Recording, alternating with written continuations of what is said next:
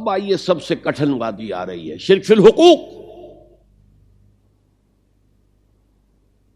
اللہ کے حقوق کیا کیا ہیں انسان پر، اس کی اگر آپ گنتی کریں، لسٹ بنائیں تو بہت لمبی ہو جائے گی۔ اللہ کا شکر کرنا چاہیے، اللہ کی عبادت کرنی چاہیے، اللہ کے احکام پر چلنا چاہیے، اللہ کے عائد کردہ فریضے جو ہیں وہ ادا کرنے چاہیے، اللہ کی حرام چیزوں سے بچنا چاہیے، اللہ کی تعظیم و تکبیر کرنی چاہیے، اللہ کے دین کو غالب کرنے کے لیے جد و جہد کرنی چاہیے، اللہ کے کلمے کو سربلند کرنے کے لیے تن من دھن لگانا چاہیے۔ ایک لفظ ایسا ہے کہ جیسے کہتے ہیں ہم اپنی زبان میں، ہاتھی کے پاؤں میں سب کے پاؤں، ایک لفظ ہے کہ جو جملہ حقوق کو اپنے اندر سمو لیتا، وہ لفظ عبادت۔ یہی وجہ ہے کہ قرآن مجید میں تمام انبیاء اور رسول کی دعوت جو آتی ہے مختلف مکی صورتوں میں، وہ کیا ہے؟ سب نے یہ کہا یا قوم اعبدوا اللہ ما لکم من الہ غیرہ، اے میری قوم کے لوگوں اللہ کی عبادت کرو، تمہارا کوئی اور معبود نہیں ہے سوائے اس کے۔ یہی دعوت جو ہے حضرت نوح کی تھی، حضرت ہود کی تھی، حضرت صالح کی تھی، حضرت شعیب کی تھی، حضرت لوط کی تھی، اور حضرت موسیٰ کی تھی، حضرت عیسیٰ کی تھی، سب کی دعوت۔ یہی دعوت جو ہے حضور کی آئی ہے قرآن میں، ایک فرق کے ساتھ۔ سابقہ تمام انبیاء اور رسول صرف اپنی اپنی قوموں کے لیے مبعوث کیے گئے تھے، حضور کے بعثت پوری نوع انسانی کے لیے، لہذا یہاں یا قوم کا لفظ نہیں ملے گا، یا ایھا الناس، یا ایھا الناس، یا ایھا الناس، یا ایھا الناس اعبدوا ربکم الذی خلقکم والذین من قبلکم لعلکم تتقون۔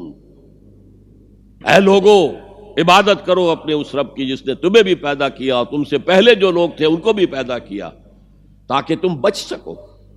اس سے آگے بڑھیے تو سورہ ذاریات میں فرمایا کہ ہم نے تو انسانوں اور جنوں کو پیدا ہی اس لیے کیا ہے کہ ہماری عبادت کریں۔ وما خلقت الجن والانس الا لیعبدون۔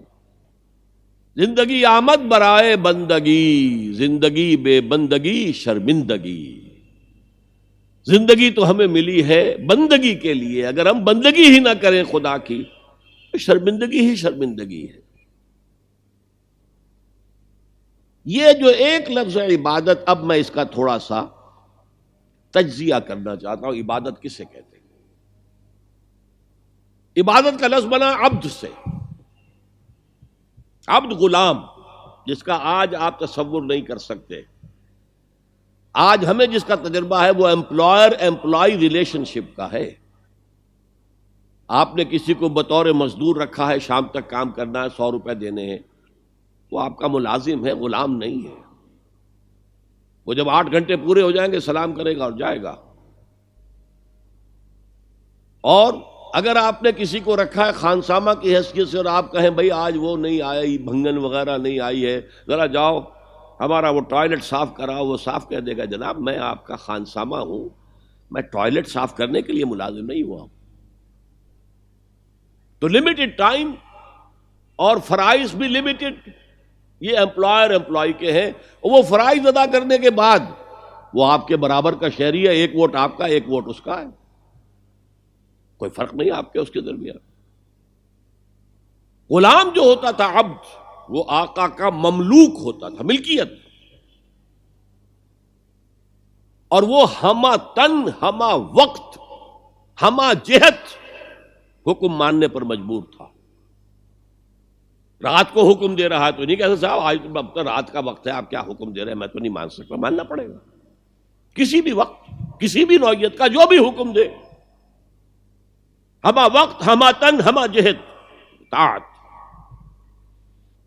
اور یہ کہ اگر آقا نے کوئی کوٹھڑی دے دی ہے کہ اس میں رات کو سو جایا کرو تو وہ اس کی ملکیت نہیں ہو جاتی، ملکیت آقا کی ہے، وہ خود ہی ملکیت اپنے آقا کا ہے۔ کوئی چارپائی دے دی ہے سو جایا کرو تو وہ اس کی ملکیت نہیں ہو جاتی۔ تم بھی اپنے آپ کو کسی شے کا مالک نہ سمجھو، للہ ما فی السماوات و ما فی الارض، آسمانوں میں اور جو کچھ ہے زمین میں وہ اللہ کی ملکیت۔ تو یہ عبدیت، یہاں تک کہ اگر آپ کو معلوم نہ ہو کہ اس زمانے میں آقا کو اختیار تھا جس طرح چاہے ٹارچر کرے، جس طرح کی چاہے تکلیف دے، اور جب چاہے قتل کر دے، کوئی مقدمہ نہیں، غلام کی طرف سے کوئی مدعی نہیں، کوئی اس پر پکڑ دھکڑ نہیں، تم نے کیا کیا؟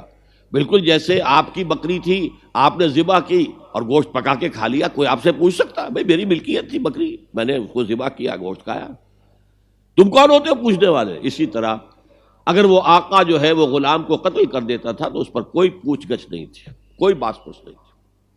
اس معنی میں اللہ کے غلام بننا، ہمہ تن، ہمہ وقت، ہمہ وجوہ، ہمہ جہت، اللہ کی غلامی، اللہ کی اطاعت، یہ ہے عبادت کا ظاہری پہلو، یا میں کہا کرتا ہوں عبادت کا جسد، عبادت کا ظاہر، عبادت کا جسم جو نظر آتا ہے۔ ایک ہے عبادت کی جان یا عبادت کی روح جو نظر نہیں آتی۔ ہماری جان کہاں ہے؟ کسی کو نظر آتی ہے؟ روح کہاں ہے؟ کسی کو نظر آتی ہے؟ لیکن ہمارا وجود جان ہی سے تو ہے، جان نکل جائے گی تو پھر تو یہ جسد جو ہے یہ گل سڑ جائے گا اگر جلدی سے تم نے اس کو پہنچا نہ دیا قبر کے اندر، یا جلدی سے کریا کرم نہ کر دیا اور اس کو جلا نہ دیا تو سڑے گا پوری طریقے سے، متعفن ہو جائے گا۔ تو اگرچہ قرآن مجید میں محض اطاعت پر بھی لفظ عبادت کا اطلاق ہوا ہے، چنانچہ جب حضرت موسیٰ اور ہارون فرعون کے دربار میں پیش ہوئے پہلی مرتبہ، فرعون نے ایک پھپتی چست کی اپنے حواریوں اور درباریوں سے مخاطب ہو کر، یہ کون لوگ ہیں جو ہم سے اس طرح بات کر رہے ہیں، ہم سے کوئی مطالبہ کر رہے ہیں؟ ارسل معنا بنی اسرائیل وقومہما لنا عابدون، ان کی قوم تو ہماری غلام قوم ہے۔ ظاہر بات ہے کہ وہ فرعون یا ان کی قوم کی پرستش نہیں کرتے تھے، عبادت نہیں کرتے تھے، لیکن چونکہ اطاعت پر مجبور تھے لہذا اس کے لیے لفظ اس نے استعمال کیا عابدون، قومہما لنا عابدون۔ اور ایک اور موقع پر یہ بات آئی کہ جب فرعون نے کہا الم نربک فینا ولیدا، اے موسیٰ تم وہی نہیں ہو جسے ہم نے اپنے محل میں پالا تھا، ہمارے ٹکڑوں پر پل کر ہماری بلی ہمیں کو میاؤں؟ تو حضرت موسیٰ نے کہا وَتِلْكَ نِعْمَةٌ تَمُنُّهَا عَلَيَّ أَنْ عَبَّدْتَ بَنِي اسرائیل، یہ تم بڑا احسان جتا رہے ہو میرے اوپر کہ میں تمہارے محل میں پلا بڑھا ہوں، جبکہ تو نے میری پوری قوم کو غلام بنا رکھا ہے۔ عبدتا، تو عبادت کا اطلاق محض اطاعت پر بھی ہے، چاہے وہ خواہی نہ خواہی ہو، مجبوری سے ہو، کراہت کے ساتھ ہو، لیکن یہ اطلاق اس پر ہوتا ہے۔ یہی وجہ ہے کہ آج کے دور میں جو جدید مفکرین ہیں اسلام کے، انہوں نے اس اطاعت کے پہلو کو اتنا نمایاں کیا ہے، اتنا نمایاں کیا، اس لیے کہ عام لوگوں کے ذہن سے یہ تصور گزر گیا تھا نماز، روزہ، حج، زکوٰۃ عبادات ہو گئی بس، اور کون سی عبادت چاہیے تمہیں؟ تو ان کو بتانے کے لیے نہیں، پوری زندگی میں اللہ کی اطاعت، ہمہ تن، ہمہ وقت، ہمہ جہت، ہمہ پہلو اطاعت۔ تو یہ صحیح بات ہے کہ جو ایمفیسائز کی گئی، اور آج بہت سے لوگوں کے سامنے یہ بات آ چکی ہے، بہت بڑی تعداد میں امت اس حقیقت کو جان چکی ہے کہ اسلام صرف مذہب نہیں، دین ہے، یہ مکمل نظام حیات ہے، یہ مکمل ضابطہ حیات ہے، اور اس سب میں اطاعت مطلق اللہ کی درکار ہے۔ لیکن ایک پہلو ابھی پوری طرح اجاگر نہیں ہوا، اللہ کی عبادت میں اگر وہ بالاکراہ ہو رہی ہے، طبیعت کے خلاف ہو رہی ہے، تو وہ منافقانہ اطاعت ہے۔ جیسے کہا گیا یہ منافق نہیں نماز کے لیے کھڑے ہوتے مگر کسل مندی کے ساتھ اور بہت ہی طبیعت پر جبر کر کے، کیا کریں، اس معاشرے میں کوئی مسلمان سمجھا ہی نہیں جا سکتا تھا جو نماز نہ پڑھتا تو نماز تو پڑھنی پڑ رہی، وہ منافقت۔ اللہ کی اطاعت کاملہ اس کی محبت شدیدہ کے تحت، اس کے شکر کا جذبہ، اے اللہ تیرے لیے حمد ہے، کل شکر تیرے لیے، کل ثنا تیرے لیے، اس شکر اور محبت کے جذبے سے، والذین آمنوا اشد حبا للہ، اہل ایمان تو وہ ہے جو شدید ترین محبت کرتے ہیں اللہ کے ساتھ۔ تو اللہ کی اطاعت مطلق، اس کی محبت شدیدہ کے ساتھ دو چیزیں جمع ہوں گی تو پھر وہ اللہ کی عبادت بنے گی۔ چنانچہ وہ جسد ہے تو یہ روح ہے، یہ جان ہے عبادت کی۔